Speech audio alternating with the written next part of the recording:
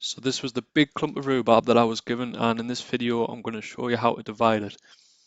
So when you've got your rhubarb dug up, there's two things that you'll see. There's the crowns and the roots.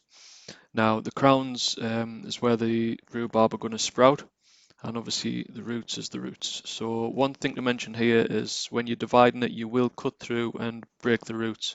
You haven't killed the plant. You might think you have because it can be quite brutal, but it'll be fine. So that's one thing to bear in mind. You're not really going to kill this off.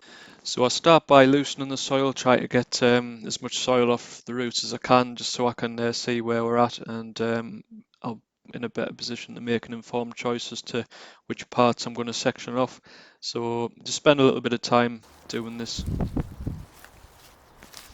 So I've picked out a little spot here. So what you want, what you're looking for is 2 to 3 crowns at the top with a good root underneath. So I've got that little bit there. Now I'm going to get that off with a sharp spade, just go right through it, and I've gone straight through the root there. You might think you've killed the plant, but you haven't, don't worry.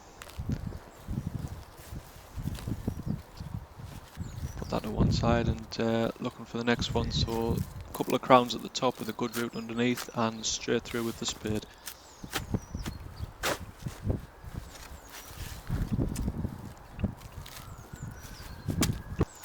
And then it's just a case of going through it until you're left with sort of, in my case here, 3 or 4 decent sized clumps. And because every 5 years you should do this just to keep the plant healthy. So every 4 to 5 years, dig it up, divide it, and then you can replant it. I'm actually giving some of this away to friends and family, so I don't need it all. I've also done a full video on dividing and replanting rhubarb, so I'll pop that at the end of the video, and it's also in the description box. So if you've liked this video, give it a thumbs up, and don't forget to subscribe to my channel.